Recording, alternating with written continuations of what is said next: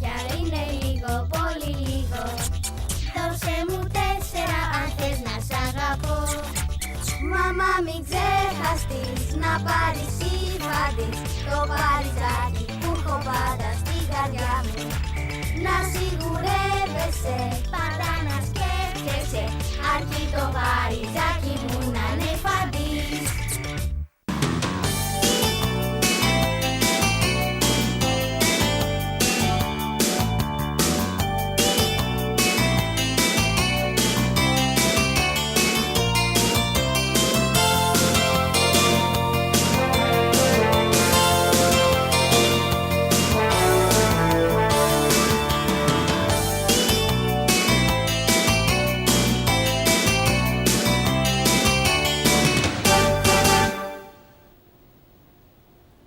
Βιβλιοπωλείο Ελευθερουδάκης. Η νέα αντίληψη στο χώρο. Ελληνικά και ξενόγλωσσα βιβλία. Παιδικό βιβλιοπωλείο. Βιβλία θρησκείας και του τόπου μας. Στυλό και πένες όλων των εταιριών. Δερμάτινα είδη. Επαγγελματικές και σχολικές τσάντες. Χαρτικά, χονδρική λιανική. Αναλώσιμα. Φροντιστηριακά. Είδη ζωγραφικής. Φωτοτυπίες και τόσα άλλα είδη αποκλειστικά στο βιβλιοπωλείο μας. Ενημερωθείτε για την αίθουσα ανάγνωσης, Τις παρουσιάσεις, το καλλιτεχνικό εργαστήρι, τις παιδικές δραστηριότητες. τους συνεργάτες μας. Βιβλιοπωλείο Ελευθερουδάκης. Δίνουμε αξία στα χρήματά σας. Καλό σας απόγευμα, φίλες και φίλοι. Εύχομαι έτσι σήμερα να είναι όμορφη η διάθεσή σας. Η δική μας είναι πάντα πολύ όμορφη και γίνεται ακόμη ομορφότερη όταν φιλοξενούμε κάποιους ανθρώπους που πραγματικά έχουν έτσι πλούσια κοινωνική δράση και κοινωνικό έργο έτσι για το κοινό καλό. Και ένας από αυτούς τους ανθρώπους σήμερα είναι ο Νίκος Σπιτάλας, τον οποίο έχουμε τη χαρά να φιλοξενούμε εδώ στο Μας Αρέσει. Καλώς ορίσατε. Καλώς σας βρήκα, κυρία Ζωγράφου, και όλους τους συμπολίτες μας. Ακριβώς.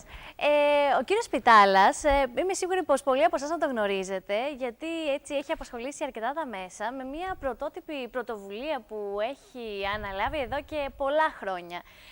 Έχει ιδρύσει λοιπόν και είναι πρόεδρος του Συλλόγου, να το πω σωστά, για την ανδρική και πατρική αξιοπρέπεια. Θέλω να μας μιλήσετε λίγο για αυτό το σύλλογο. Με τα αρχικά σιγαπά και ο Σιγαπά, τόνος ακριβώς. εκεί που τον δίνω, διότι ήθελα να δώσω στίγμα στην αγάπη. Έψαχνα τα αρχικά, ώστε να μας βγάλουν τη λέξη σαγαπά, αλλά δεν μπορούσα και βγήκε το σιγαπά. Το πλησιάσατε πάντως. Ναι. Θέλω να μου μιλήσετε λίγο για αυτό το σύλλογο, το οποίο είναι... Είσαστε εσείς δραστήριος σαν άνθρωπος και το έχετε έτσι μεταλαμπαδεύσει στο σύλλογο, μιας και είναι μια προσπάθεια της οποίας ηγείστε εδώ και πολλά χρόνια, από το 2005. Και νωρίτερα. Και νωρίτερα. Ναι. Διότι 17 χρόνια στην Ελλάδα, αλλά και 28 χρόνια από το εξωτερικό, είχα μια εμπειρία και προσωπική εμπειρία και γι' αυτό αποφάσισα να ιδρύσω αυτό το φορέα.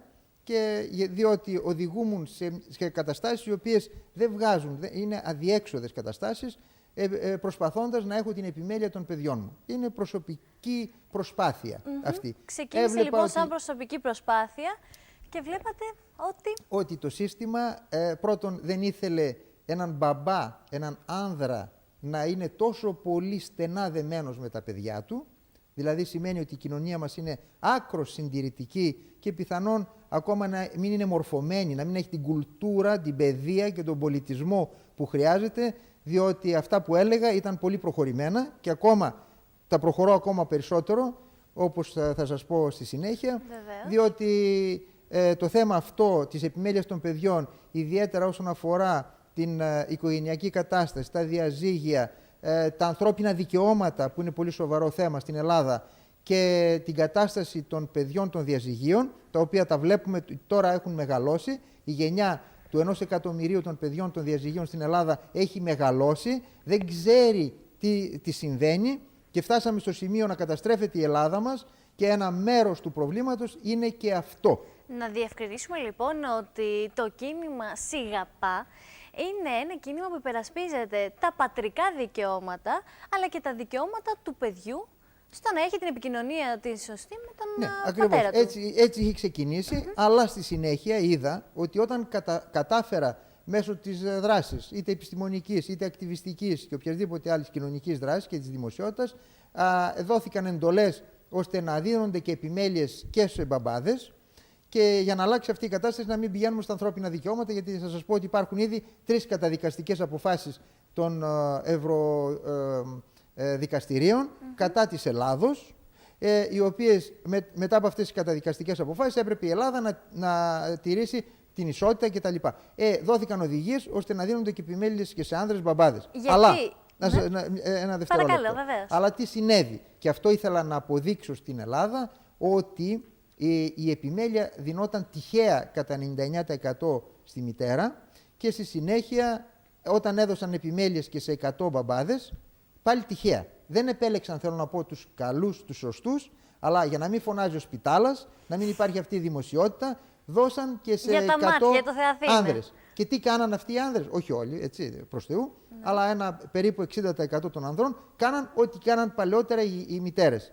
Δηλαδή, ή αποξένωσαν τα παιδιά με τη συκοφαντική δυσφήμιση, με την πλήση εγκεφάλου και τα δημιούργησαν αυτό που ονομάζεται το σύνδρομο της γονικής αλωτρίωσης. Για το οποίο θέλω να μας μιλήσετε λίγο πιο μετά. Δηλαδή, κάναν το ίδιο πράγμα. Οπότε, στη συνέχεια, εδώ και αρκετά χρόνια πλέον, ενώ στηριζόταν στην αρχή μόνο σε μια βάση, δηλαδή στην αδικία που γινόταν κατά του μπαμπά, τώρα αυτή η αδικία έρχεται και κατά της μαμάς. Οπότε τα μέλη του συλλόγου μας είναι και άνδρες και γυναίκες, έρχονται οι αποξενωμένες μαμάδες, οι οποίες με μεγάλη συγκίνηση προσπαθούν να έχουν επικοινωνία με τα παιδιά τους και δεν μπορούν. Δεν μπορούν και εγώ διαμεσολαβώ. Τέλος πάντων, έχω κάνει και πολλές άλλες δράσεις ώστε να υποκαταστήσω το κράτος, αυτό που δεν κάνει με τις κοινωνικές υπηρεσίες, αυτό που δεν κάνει με τους οικογενειακούς δικαστές, αυτό που δεν κάνει με τους διαμεσολαβητές, αυτό που δεν έχει κάνει εδώ και πάρα πολλά χρόνια το ελληνικό κράτος, δηλαδή να θεραπεύσω κάτι το οποίο δύσκολα θεραπεύεται πλέον, γιατί πρέπει να υπάρξει μια συνεχής ενημέρωση και πολιτισμός, όπως είπα. Χρειάζεται εκπαίδευση των γονέων, εκπαίδευση των δασκάλων, των καθηγητών, της κοινωνίας, ώστε να μην καταστραφούν αυτά τα παιδιά των διαζυγίων. Και είδαμε, επαναλαμβάνω, την κατάντια της Ελλάδος.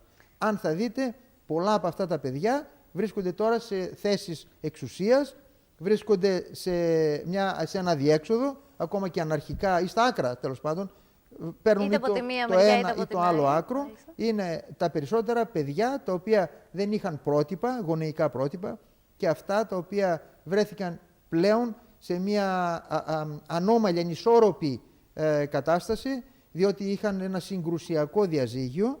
Έτσι, δεν λέμε ότι όλα τα διαζύγια είναι έτσι. Τα περισσότερα πάντως συμβαίνει να μην είναι έτσι, με είναι τις πάρα καλύτερες πολλά, προθέσεις από τις και αυτό καταλήγει σε μια κατάθλιψη και των διαζευμένων, αλλά και σε ένα σύνδρομο, αυτό που είπαμε, το parental alienation syndrome, των παιδιών των διαζυγίων να μην έχουν πρότυπα πλέον και να απεχθάνονται τον έναν από τους δύο γονείς χωρίς κανένα λόγο. Αυτό ονόμασαν οι ξένοι, οι ψυχίατροι και επιστήμονες, το ονόμασαν ψυχιατρικό φαινόμενο. Και κάποιες φορές είναι και κατευθυνόμενη έτσι, αυτή η μη θετική διάθεση από τον ένα γονέα προς τον άλλον. Είναι, ναι, είναι. Υπάρχει το μίσος, υπάρχει η ανασφάλεια, η εκδίκηση. Ήθελα να γυρίσουμε όμως στο κράτος και στα δικαστήρια. Μου είπατε ότι τώρα πλέον δεν είναι τόσο υπέρ των γυναικών, έχουν αρχίσει και βγάζουν αποφάσεις υπέρ των πατεράδων. Δεν είναι 100% πλέον ή 99%. Αυτό από τη μία βέβαια είναι ένα θετικό στοιχείο, γιατί να υποθέσω ότι δεν λαμβάνουν κάποια κριτήρια υπόψη τους για αυτή τη διαδικασία. Όχι. Το λέω με διάβια, τυφλά δηλαδή επιλέγουν. Με καθαρότητα ακριβώς. Και είναι μέσα σε όλη την κατάντια της χώρας μας, είναι και αυτό το σύστημα. Ένας χώρος που νομίζω ότι είναι ο ανώτατος και ο υπέρτατος, η υπέρτατη εξουσία που έπρεπε να λειτουργεί με τον πιο αδιάβλητο τρόπο και τον πιο ισορροπημένο και με βάση την ισότητα, ας το πούμε, και την σωστή αντιμετώπιση των ανθρώπων. Δυστυχώς και εκεί υπάρχει αυτός ο Ποιες αλλαγές πιστεύετε ότι πρέπει να γίνουν ώστε να μην υπάρχει αυτό το τυφλό σύστημα, να υπάρχουν κριτήρια σωστά και να αποφασίζουν την καλύτερη κατεύθυνση? Πρώτα απ' όλα, ένα διαζύγιο δεν πρέπει να το οδηγούν στα δικαστήρια. Δεν είναι αρμόδιο το δικαστήριο να χωρίσει δύο ανθρώπους, όσον αφορά βέβαια τα παιδιά, έτσι.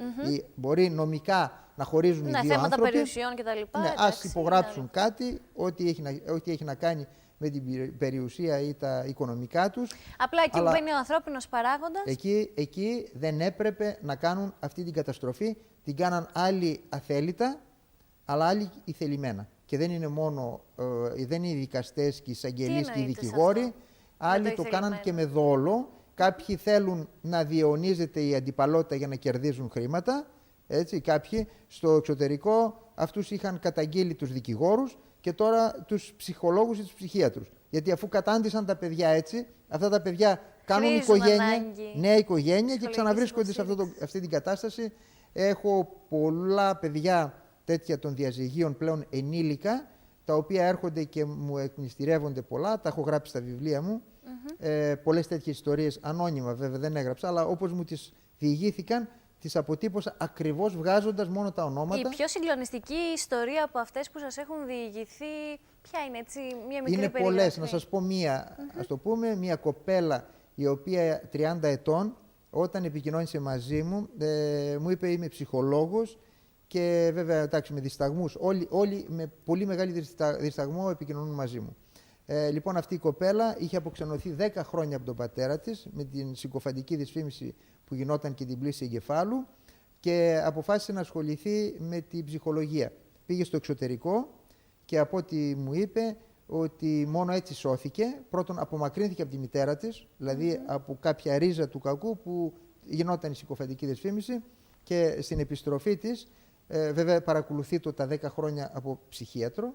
Έτσι, αυτό είναι δεδομένο. Βλέπουμε καταρχήν σε αυτή τη διάσταση και πόσο και επίπονο είναι αυτή τη δικασία για τα ίδια τα παιδιά και βλέπουμε ότι είναι και πιο βαθύ το ζήτημα γιατί μεγαλώνουν μέσα σε αυτό το μοντέλο, οπότε είναι δύσκολο να αποσπαστούν από αυτό. Τώρα, τυχαία βασικά όχι, είχε και αυτή την κατεύθυνση και πήγε προς τον ψυχολογικό κλάδο, μπόρεσε να το διαχειριστεί, γιατί είναι και θέμα χαρακτήρα, έτσι. Όπως το λέτε ακριβώς. Ήταν κοπέλα πρώτον, πιο εύκολα ξαναβρήκε τον πατέρα της. Έτσι, γιατί έκανε βήματα, μετά ξύπνησε, λέει ήμουνα σε μια φυλακή, μου έλεγε. Αισθανόμουν σαν να βρισκόμουν σε μια φυλακή. Να έρχεται ο πατέρας μου έξω από το σπίτι, να με πάρει, δυστυχώς, στα ωράρια φυλακών, όπως μου λένε όλοι, την απόφαση επικοινωνίας, που είναι τρομερό να βγάζει δικαστήριο, απόφαση το πότε θα βλέπεις τα παιδιά σου. Αυτό είναι μόνο σε ιστορίες φαντασίας. Μπορεί να γίνει, μόνο στην Ελλάδα συμβαίνουν, να ξέρετε, όλα αυτά. Και να έρχεται ο μπαμπάς μου έξω από την πόρτα και η μαμά να μην ανοίγει ή να την κλείνει και να μην θέλω εγώ. Έλεγε ότι δεν ήθελε. Δηλαδή είχε το σύνδρομο της γονικής αλωτρίους αποξένωσης και ξύπνησε. Αλλά τώρα ήταν περίπτωση όπως λέτε, δηλαδή ήταν πρώτον κορίτσι και πήγε στον πατέρα. Δεύτερον, απομακρύνθηκε από τη ρίζα του κακού για πολλά χρόνια για τις σπουδές στο εξωτερικό. Τρίτον, ξύπνησε, ο χαρακτήρας ήταν δυνατός, έκανε την ψυχοθεραπεία της, υπήρχαν και άλλοι παράγοντες οικονομικοί και έτσι μόνο κατάφερε να ξαναβρει τον πατέρα, να καταλάβει, και μου διηγείται ότι συγκινηστική στιγμή που ξανασυναντήθηκαν μετά από 10 χρόνια, ενώ νόμιζε ότι φταίει ο μπαμπάς, δηλαδή της απαγόρευαν κάθε επικοινωνία. Και ενώ τον έβλεπε μπροστά της στην πόρτα απ' έξω. Η ίδια αισθανόταν την και δεν ήθελε να αυτή. πάει. Δεν ήθελε να πάει. Η ίδια αισθανόταν σαν να ήταν σε φυλακή κλεισμένη. Έτσι το ίδιο συμβαίνει με πάρα πολλά τέτοια παιδιά και κυρίως όταν οι κατηγορίες είναι σοβαρές από έναν γονέα στον άλλον και κυρίως έχουν να κάνουν με σεξουαλικό περιεχόμενο. Πολλές τέτοιες ή μανάδες, αλλά τώρα έχουμε και μπαμπάδες, να ξέρετε, κατηγορούν τον άλλο γονέα για να του στερήσουν αυτή την επικοινωνία. Βρίσκουν βαριά κατηγορία, έστω Βρίσκουν και με πολύ ψέμα. σοβαρή κατηγορία. Είναι το επόμενό μου βιβλίο, που έχω πάρα πολλές τέτοιες υποθέσεις, πάνω από 1000 έχω, αλλά φαντάζομαι ότι υπάρχουν και πολύ περισσότερες. Να ξέρετε αυτή τη στιγμή... Αυτό είναι σε αυτό εδώ το βιβλίο, τις ιστορίες διαζυγίων μου λέτε τώρα, Ναι, έτσι. ναι, σε αυτό. Father's Justice. Έχω περίπου 250 ιστορίες όπως Είναι μου τις αυτό έχουν εδώ το στείλει, βιβλίο. ακριβώς. Οι Fathers for Justice είχαν ξεκινήσει μαζί με μένα. Κατά σύμπτωση ξεκινήσαμε το κίνημα αυτό από Αγγλία και Ελλάδα συγχρόνως. Και αυτή τη στιγμή έχω επαφή με αυτούς τους ανθρώπους οι οποίοι ψάχνουν το δίκαιό τους. Αυτοί βέβαια είναι πολύ λιγότεροι από όσο στην Ελλάδα. Στην Ελλάδα είναι 1 εκατομμύριο διαζευμένα ζευγάρια και πολύ αδικημένοι. Στο εξωτερικό είναι λιγότεροι αδικημένοι, αλλά ακτιβιστές. Δηλαδή μπορεί να είναι οι αδικημένοι 1.000, 2.000, 3.000, 5.000. Αλλά κάνουν πιο έντονη την παρουσία τους. Ναι. Και έχουν αλλάξει τον κόσμο, έχουν αλλάξει την κατάσταση. Ας πούμε υπάρχουν κοινωνικές υπηρεσίες, διαμεσολαβητές, πριν τους οδηγήσουν κάπου που δεν πρέπει, δηλαδή στο δικαστήριο, για την επικοινωνία των παιδιών με τους γονείς. Τι είναι αυτό αλήθεια που εδώ στην Ελλάδα έτσι μας κρατάει λίγο πιο κλειστά στα όρια της οικογένειας? Δεν το επικοινωνούν το πρόβλημά τους, δεν κάνουν ακτιβιστικές δράσεις. Είσαστε από τους λίγους ανθρώπους που βλέπουμε να το πολεμάνε. Μπορεί και ο χαρακτήρας μου είναι, γιατί έχω κάνει και άλλου είδους και εδώ στην πόλη μας. Έχω δημιουργήσει Και κίνημα στη Γαλλία, πολιτών εδώ, έχετε. το δίκτυο Αλεξανδροπολιτών. Πάρα πολύ. Το οποίο Βασικά ήταν... και σε όλες τις πόλεις της Ελλάδας έχετε εξαπλωθεί. Αλλά αυτό ήταν πολύ πρωτοποριακό που είχα κάνει εδώ στην Αλεξανδρούπολη και ήταν πολύ προχωρημένο για την τότε, πριν από 15 χρόνια στην Αλεξανδρούπολη, ήταν προχωρημένη ιδέα και το βούλιαξαν οι πολιτικοί. Έτσι. Αυτό δυστυχώς πόνεσα πάρα πολύ που αυτό ατώνησε και ήταν ένας προγενέστερος, μια κατάσταση προγενέστερη αυτού που έκανα για τα δικαιώματα των παιδιών των διαζυγίων, που είναι, πιστεύω, πολύ πιο σημαντικό, αλλά κάθε τέτοιου είδους προσπάθεια στη χώρα μας πρέπει να γίνεται για να αλλάξει και όπως λέτε είναι τα μυαλά, η παιδεία του Έλληνα, η οποία δεν είναι ικανή ακόμα να αντιληφθεί κάποια πράγματα που θα έρθουν και να τα προβλέψει. Και κάποια πράγματα αυτονόητα, όπως το να έχουν τα ίδια δικαιώματα οι δύο γονείς απέναντι στο παιδί. Δεν είναι μόνο οι υποχρεώσεις, γιατί συνήθως έχουμε τη μία μεριά να ζητάει μόνο τις υποχρεώσεις του ενός γονέα, όμως έχει και δικαιώματα. Εδώ είναι τώρα οι θεσμοί που στην Ελλάδα πάνε στο μεσαίωνα. Να ξέρετε, πολλοί επώνυμοι, μπορεί να τους αναφέρουμε μετά, γιατί κάνω μια συνεργασία μαζί τους, Βεβαίως. οι οποίοι είχαν πρόβλημα. Στην εφημερίδα μου λέτε που εκδίδεται. Και στην εφημερίδα, αλλά να σας πω, επειδή κάνουμε μια πολιτική κίνηση για τις ευρωεκλογές, οι άνθρωποι που ήρθαν μαζί μου, ας πούμε ο Κολάτος, ο σκηνοθέτης, και ο Κατσανέβας, ο καθηγητής, αυτοί από πολλά χρόνια πριν με είχαν προσεγγίσει, γιατί ο μεν πρώτος μεγαλώνει μόνος του ένα παιδί αυτιστικό και με συγκίνησε, γιατί μόλις άκουσε για τον πατέρα, μου λέει: εγώ θέλω να σε στηρίξω, και άλλοι επώνυμοι, έτσι, αλλά αναφέρω τα δύο ονόματα με τα οποία κάνω τώρα συνεργασία σε πολιτικό επίπεδο για τις ευρωεκλογές. Ο κύριος Κατσανέβας ήταν, να σας υπενθυμίσω ότι έζησε λίγο στην Αλεξανδρούπολη και αυτός. Αυτός δεν έβλεπε τα παιδιά του, τα οποία φύγαν με τη μητέρα τους στο εξωτερικό, το ξέρει πλέον όλη η Ελλάδα, στον Καναδά, με κάποια ομάδα, ας πούμε, θρησκευτική, και έμενε τις νύχτες, όλες τις νύχτες ολόκληρες για να μιλήσει, να επικοινωνήσει με τα παιδιά τηλεφωνικώς και δεν μπορούσε. Δηλαδή του απαγορευόταν ακόμα και η τηλεφωνική επικοινωνία. Και με συγκίνησε όταν μου ζήτησε τη βοήθειά μου πριν από 10 περίπου χρόνια και από τότε κράτησα μια επαφή, την οποία οδηγήσαμε τώρα σαν πολιτική κίνηση. Βέβαια, αφού αναφέρατε και αυτήν, έτσι, την επόμενη μάχη που θα δώσετε τώρα στις 25 Μαΐου, αυτή των ευρωεκλογών, να σε ευχηθούμε καλό αγώνα. Ευχαριστώ πολύ. Το ψηφοδέλτιό μας αποτελείται από 4 κινήματα, τα οποία έχουν ίση μεταξύ τους ισορροπία. Το δικό μας είναι το ελληνικό κοινωνικό κίνημα για την προστασία των ανθρωπίνων δικαιωμάτων, των οικογενειών και των παιδιών. Έτσι, και βλέπουμε όχι μόνο... ότι αυτή η δράση, έτσι, εκτός από την κοινωνική, έχει και την πολιτική της διάσταση.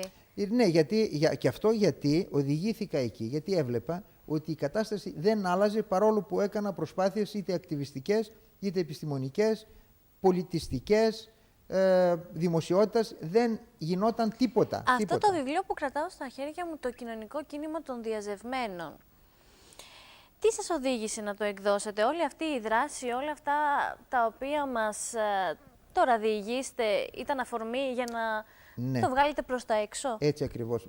Αυτό είναι σαν εγκυκλοπαίδεια της ψυχολογίας των παιδιών και των ανθρώπων, αλλά και νομικά. Υπάρχει μια νομική τεκμηρίωση επάνω ό,τι αφορά στο οικογενειακό δίκαιο, αλλά και κυρίως το συγκρίνω με άλλα κινήματα που γίναν στον κόσμο, τα οποία ήταν είτε το οικολογικό κίνημα, είτε το φεμινιστικό κίνημα. Αναφέρω ανθρώπους οι οποίοι άλλαξαν τον κόσμο από τέτοιου είδους ενέργειες δραστήριες. Ο Λούθερ Κίνγκ και άλλοι άνθρωποι ασχολήθηκαν με κάποια δικαιώματα ανθρωπίνων με τη σχέση των ανθρωπίνων δικαιωμάτων και των ανθρώπων οι οποίοι θέλουν να καταφέρουν κάτι. Ναι, βλέπω ότι το συγκρίνεται ούτως ή άλλως, έτσι, και σε ένα γρήγορο ξεφύλισμα που το κάνουμε με πολλές ευρωπαϊκές άλλες πόλεις, με τη Γαλλία, είδα τη Γερμανία.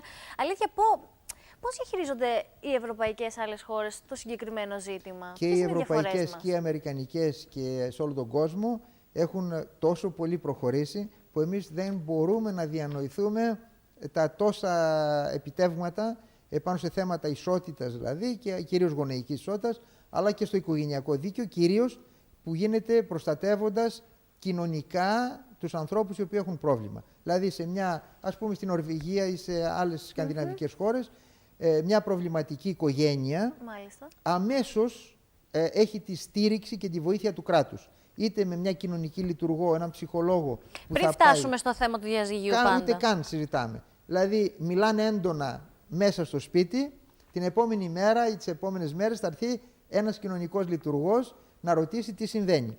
Θα υπάρχει ο φάκελος, ο οποίος τους ακολουθεί στη συνέχεια και ο οποίος λέει ποιες είναι οι διαθέσεις του παιδιού, των γονέων, ποιον προτιμάει το παιδί, τι συμβαίνει, τι πρέπει να κάνουν και όλα αυτά, εάν τυχόν και ακόμη και με την διαμεσολάβηση δεν λυθεί το θέμα και χρειαστεί κάποια νομική παρέμβαση, τότε μόνο, δηλαδή σε ένα έσχατο ακραίο σημείο, μπαίνει τότε και ο δικαστής, αλλά το απέφχονται όλοι. Δηλαδή δεν θέλουν να βάλουν δικαστή για το θέμα της επιμέλειας και επικοινωνίας. Τα έχει λύσει, είναι το τελευταίο στάδιο. τα έχει λύσει ο διαμεσολαβητής ή οι κοινωνικές υπηρεσίες. Ακριβώς αυτό έχουν γίνει σε όλο τον κόσμο, αλλά και μετά υπάρχει συνέχεια. Δηλαδή όταν χωρίζουν και ακόμα με μια δικαστική απόφαση δεν τηρείται ο νόμος, τότε υπάρχει αυστηρή τιμωρία την επόμενη μέρα, ας πούμε, τις επόμενες μέρες, ή αλλάζει επιμέλεια από τον γονέα ο οποίος πήρε και συκοφαντεί τον άλλον. Έχουμε τέτοιες αποφάσεις πολλές στη Γαλλία, για παράδειγμα, που όταν αποδείχθηκε ότι ψευδώς κατηγόρησε ένας γονέας τον άλλον για να πάρει την επιμέλεια και την πήρε, στο εφετείο έχουμε τη συνέχεια της δικαστικής οδού και αποδείχθηκε το ψεύδος, αμέσως άλλαξε η επιμέλεια. Εδώ κάτι τέτοιο συμβαίνει. Για παράδειγμα, το δικαστήριο, ακόμα και με αυτόν τον τρόπο που σίγουρα έτσι δεν τον υποστηρίζουμε, δίνει και λέει ότι αυτές τις ώρες θα μπορεί να βλέπει ο πατέρας το παιδί. Σε περίπτωση που η μητέρα δεν αφήνει τον πατέρα να το δει, τι γίνεται, έχει μεριμνήσει ο νομοθέτης? Δηλαδή πάλι πρέπει αυτός ο άνθρωπος να αποτανθεί στα δικαστήρια και θα βγάλει άκρη αν αποτανθεί? Όχι, δεν θα βγάλει καμία άκρη. Δυστυχώς δεν γίνεται τίποτα. Ακόμα και οι ευαισθητοποιημένοι δικαστές, οι οποίοι βγάζουν αποφάσεις, οι οποίες λένε 1.500 ευρώ πρόστιμο στον γονέα που θα παρεμποδίσει την επιμέλεια. Δεν μπορεί να τηρηθεί ούτε αυτό. Ούτε ο εισαγγελέας μπορεί, ασκώντας ποινική δίωξη, δεν γίνεται τίποτα, γιατί πάλι έρχονται μετά από πολλά χρόνια, εκδικάζονται υποθέσεις. Υπάρχει άλλο πρόβλημα της ελληνικής δικαιοσύνης, είναι και αυτό, βέβαια, η αργοπορία, και μετά από 5 και 6 χρόνια πολλά πράγματα έχουν ξεχαστεί, τα παιδιά έχουν αποξενωθεί, τα ρωτάει. Δεν έχει και νόημα τότε. Ξέρετε τι κάνει, ακόμα κάνουν χειρότερα. Τα καλούν στο δικαστήριο. Δηλαδή, μετά από 5 χρόνια αποξένωσης, τα παιδιά ούτως ή άλλως είναι ήδη κατεστραμμένα, αποξενωμένα. Θα πούν ναι, δεν τον θέλω. Και βγάζει ο δικαστής απαλλακτική απόφαση για τη μητέρα. Ή οποιονδήποτε τέλος πάντων εμποδίζει την επικοινωνία, είτε είναι πατέρας, τη μητέρα, γιατί σας είπα ότι τώρα συμβαίνει και από τις δύο πλευρές αυτό το πράγμα. Γι' αυτό και το διοικητικό μας συμβούλιο αποτελείται και από άνδρες και από γυναίκες. Και σε κάθε ελληνική πόλη έχουμε ένα τριμελές συμβούλιο, αλλάξαμε το καταστατικό μας, το προχωρήσαμε, και σε κάθε ελληνική πόλη έχουμε αυτόνομο παράρτημα, τα κεντρικά είναι στη Θεσσαλονίκη. Και σε οπότε κάθε πόλη οποιοδήποτε μπορεί να απευθυνθεί σε εσάς για να πάρει την κατάλληλη αρχικά πληροφόρηση και βέβαια και τη στήριξη. Γιατί γνωρίζω ότι έχετε έτσι και νομική στήριξη στα μέλη σας, έχετε παρεμβατικό χαρακτήρα. Ναι, τους κάνουμε ακόμα και διαμεσολάβηση. Δηλαδή προσπαθούμε να διαμεσολαβήσουμε με γράμμα που στέλνουμε στους δύο γονείς και στους δύο και τους καλούμε να έρθουν κάπου ώστε να βρούμε μια άκρη. Αυτό είναι πολύ όμορφο.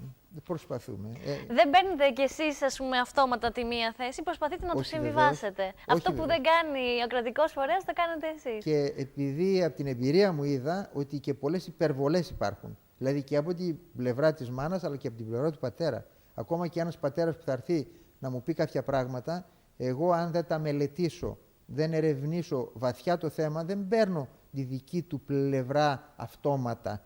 Να ξέρετε, μελετάω και αν είναι δυνατόν και γνωρίζω και τους δύο ή την κατάσταση, τότε θα πάω και ακόμα στα δικαστήρια υπέρ του ενός από τους δύο. Έχω πάει και εναντίον μέλος του συλλόγου μου, ο οποίος ερχόταν πριν από 10 χρόνια, για παράδειγμα, και έλεγε εγώ είμαι καλός πατέρας κτλ. Και όταν πήρε την επιμέλεια, απαγόρευε την επικοινωνία με τη μητέρα του παιδιού. Αυτό το θεωρώ απαράδεκτο, γιατί δεν μπορεί αυτά που λέμε για τον ένα γονέα να μην ισχύουν για τον άλλον γονέα. Έτσι λοιπόν σας έλεγα ότι και βλέποντας ότι η πολιτεία δεν κάνει τίποτα, πριν από 5 χρόνια αποφασίσαμε να πάμε στις ευρωεκλογές και να πούμε θα φέρουμε ένα άλλο άνθρωπο απ' έξω, ο οποίος θα μπορέσει να επιβάλλει το δίκαιο και στη χώρα μας ή κάποιους θεσμούς ή να φέρει τα νέα δεδομένα αυτά. Από πού όμως έτσι χρηματοδοτούνται όλα αυτά, οι πόροι έτσι για να κάνετε όλες αυτές τις δράσεις? Όταν το θέλει η ψυχή κάποιου ανθρώπου, μπορεί να καταστραφεί και για αυτόν τον σκοπό. Να ξέρετε, εγώ το θέλω πάρα πολύ και το πολεμάω μόνος μου χωρίς καμία βοήθεια. Το λέω με κάθε ειλικρίνεια, κανένας δεν μας έχει βοηθήσει ούτε στο 1 ευρώ. Και αυτό γιατί υπάρχει αυτό το ταμπού που λέγεται διαζύγιο και ακόμα δεν είναι οι Έλληνες ικανοί ή δεν έχουν την δυνατότητα ή την παιδεία, ας το πούμε, να μιλήσουν για αυτό το σοβαρό θέμα και να το προβάλλουν έξω ή να το βοηθήσουν να το στηρίξουν. Κάποιος που θέλει να στηρίξει το σύλλογό σας, πώς μπορεί να το κάνει?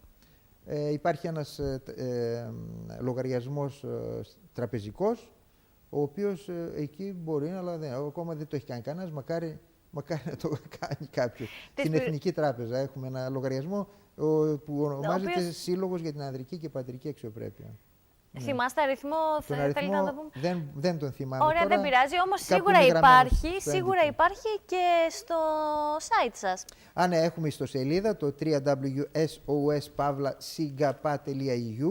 Και βλέπω εδώ ότι το προχωράτε ακόμη περισσότερο, έτσι έχετε τυπώσει και μπλουζάκια με το σύλλογό σας, με το λογότυπο του. Κάποιος που θα μας ψάξει στο ίντερνετ μπορεί να δει άνδρες γυναίκες με αυτά τα μπλουζάκια, οι οποίοι έρχονται να κάνουν ακτιβισμό για τον λόγο αυτόν, δηλαδή να προστατεύσουμε τα παιδιά των διαζυγίων, αλλά και όλη την κοινωνία. Γιατί ένα παιδί δεν είναι αυτό μόνο το οποίο έχει το πρόβλημα. Το πρόβλημα θα μεταφερθεί και στο περιβάλλον του. Στα σχολεία βλέπουμε, για παράδειγμα, όταν τους έλεγα πριν από 17 χρόνια αυτά τα πράγματα, δεν μπορούσαν να φανταστούν ότι ένα παιδί χωρισμένον θα απασχολήσει περισσότερο τον δάσκαλο, θα απασχολήσει τους συμμαθητές, ότι έπρεπε να έχει κάποια άλλη μεταχείριση. Ακριβώς, να υπάρχουν ειδικοί παιδαγωγοί και κυρίως οι δάσκαλοι και οι καθηγητές, αυτό παράκληση ας το κάνω σε όλους, να μην απαγορεύουν τον άλλο γονέα να πάει στο σχολείο και να μάθει για το παιδί. Επειδή παρατηρείτε και αυτό το φαινόμενο, αλήθεια? Δυστυχώς.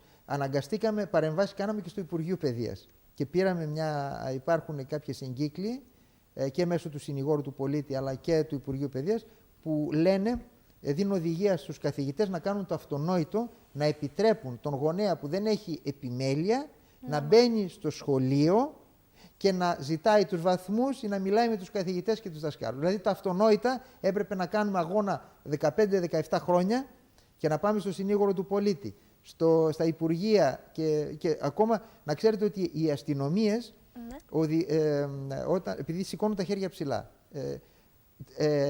τους δίνουν οδηγία να έρθουν σε μένα. Δηλαδή, όταν πάνε κάποιοι άνθρωποι που δεν βλέπουν τα παιδιά τους και πάνε να κάνουν μήνυση, τους λένε εμείς δεν